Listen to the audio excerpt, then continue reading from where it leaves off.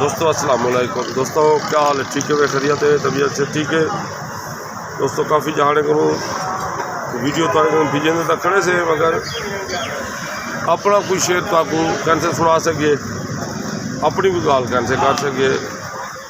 तो आज कमाल मोहब्बतन चैनल को इटने पे ढेर मोहब्बत लेने पे ढेर मोहब्बत की ढेर मेहरबानी सही। अल्लाह तो वस्ता ते बात ते शाद रखे। अस अपने ही शहर बैठे से कच्ची मंडी चौक लियाकतपुर दे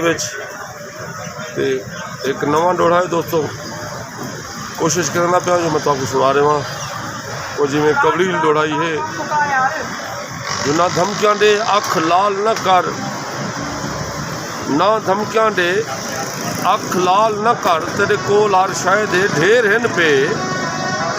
ओ भावें गुरबत है ता गुरबत विच, ओ भावें गुरबत है ता गैरत दे, साडे कोलों सवा शेर हैं पे। ना धमकियां दे अख लाल न कर, तेरे कोल हर शायद है ढेर हैं पे। भावें गुरबत है ता गैरत दे, साडे कोलों सवा शेर हैं पे। हर मोड़ ते तेकू गल दे सू, हर मोड़ ते तेकू गल दे सू, हाली कुछ दी सैत दे फेर हैं पे। वो जीती वस लग से अण खुट तण सू, साडे हाथ हैं पे साडे पैर हैं पे।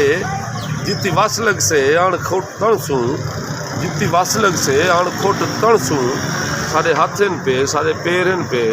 दोस्तों कमाल मोहब्बत से अल्लाह तो खुश आबाद ते शाद रखे। दोस्तों चैनल की पारा ते सोने सोने कमेंट करें सो कमाल मोहब्बत सबूत रहे सो दुआ गो थोड़े ही वैसे शायर गुलाम मुर्तज़ा। अस्सलाम वालेकुम व रहमतुल्लाहि व बरकातहू।